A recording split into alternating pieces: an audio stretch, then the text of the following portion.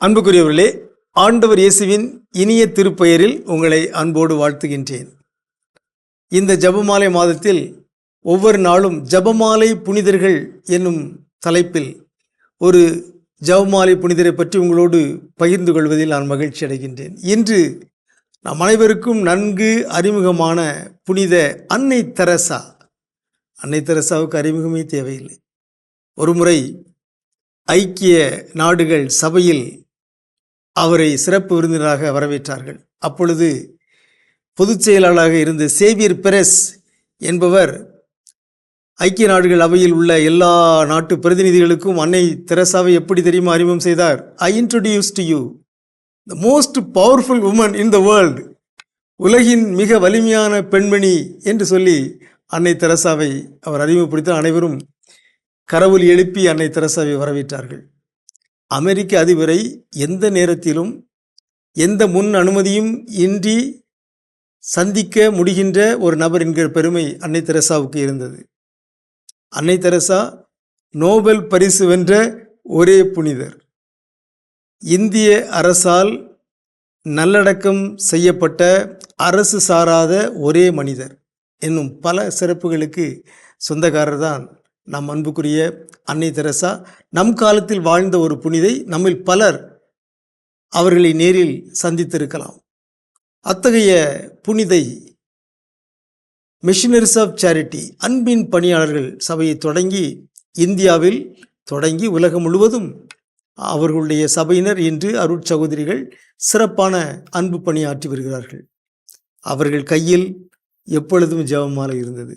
அன்னை தெரசாவுடைய படத்தை நீங்கள் பார்த்திருப்பீர்கள். ஒன்றில் சேலையிலே அந்த ஜெபமாலை இருக்கும், அல்லது அவருடைய கையிலே இருக்கும். அவருடைய சபையின் அனைத்து அருள் சகோதரிகளும் எப்பொழுதும் ஜெபமாலை வைத்திருப்பார்கள். அது அன்னை அவர்களுக்கு கொடுத்த ஒரு அறிவுரை. எப்பொழுதும் நீங்கள் ஜெபமாலை வைத்திருங்கள். அது மட்டுமல்ல, தெருக்களுக்கு சென்று ஏழைகளை, உதவி தேடுவோரை நாடி சந்திக்க போவதற்கு முன்பெல்லாம் நீங்கள் ஜெபமாலை ஜெபித்து விட்டு செல்ல வேண்டும் என்று அன்னை தெரசா அவர்களுக்கு வழிகாட்டி இருக்கின்றார். நமக்கு தெரியும், அன்னை தெரசா ஒவ்வொரு நாளும் 1 மணி நேரம் நற்கருணை ஆண்டவர் முன்பாக இருந்து அவர்கள் மன்றாடுவார்கள், இறைவேண்டல் செய்வார்கள். அவர்களுடைய பணியின் வெற்றியின் ரகசியம் அதுதான் என்று பலமுறை அவர்கள் சொல்லியிருக்கிறார்கள். எத்தனையோ ஊடகவியலாளர்கள், பத்திரிகையாளர்கள் அன்னை தெரசாவை பேட்டி காணும் பொழுது இந்த கேள்வியை கேட்டிருக்கிறார்கள், உங்களுடைய வலிமையின், ஆற்றலின், வெற்றியின் ரகசியம் என்ன? அவர்கள் சொன்ன பதில், நான் நற்கருணை ஆண்டவர் முன்பாக 1 மணி நேரம் நான் ஜெபிக்கிறேன் என்று.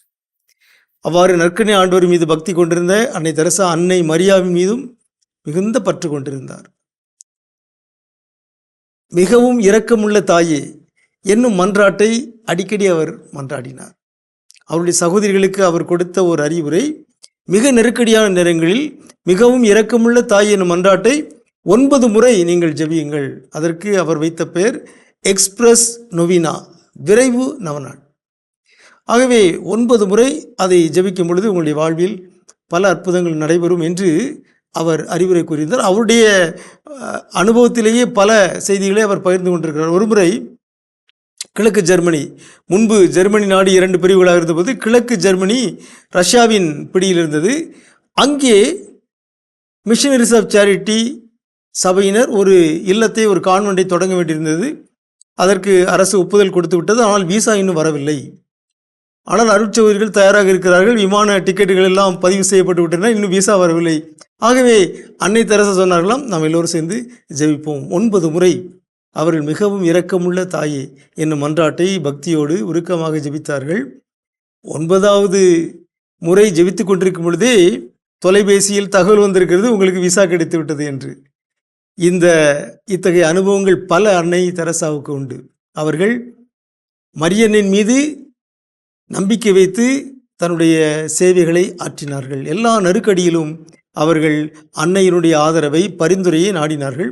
எப்பொழுதும் ஜெபமாலையை கையில் வைத்து ஜெபமாலை ஜெபித்து கொண்டே இருந்தார்கள். ஒருமுறை விமானத்தில் அவர்கள் பயணம் செய்து கொண்டிருக்கின்ற பொழுது அவர்கள் அருகே இருந்த ஒரு மனிதர், அவருக்கு இறை நம்பிக்கையெல்லாம் அதிகமாக இல்லை.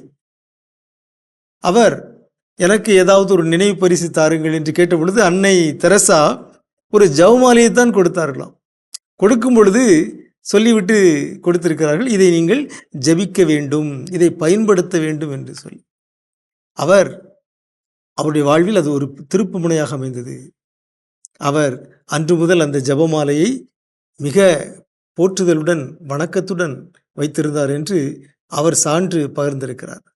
அன்புக்குரியவர்களே, அன்னை தெரசா நம் காலத்தைய மாபெரும் புனிதை. அவருக்கு வலிமை தந்தது நற்கருணை அன்னை மரியா. மரியன்னை பக்தியின் வெளிப்பாடாக இந்த ஜெபமாலையை அவர்கள் நாள்தோறும் இறைவேண்டல் செய்தார்கள். அவர்களைப் போலவே நாமும் நற்கருணை ஆண்டவர் மீது பக்தி கொள்வோமாக. அன்னை மரியாவுடைய ஆசிரை பெற்றுக்கொள்வோமாக. ஜெபமாலை ஜெபிப்போமாக. பிறரையும் ஜெபமாலை ஜெபிக்க தூண்டுவோமாக, ஊக்குவிப்போமாக. உங்களுக்கு அமைதி உரித்தாகுக.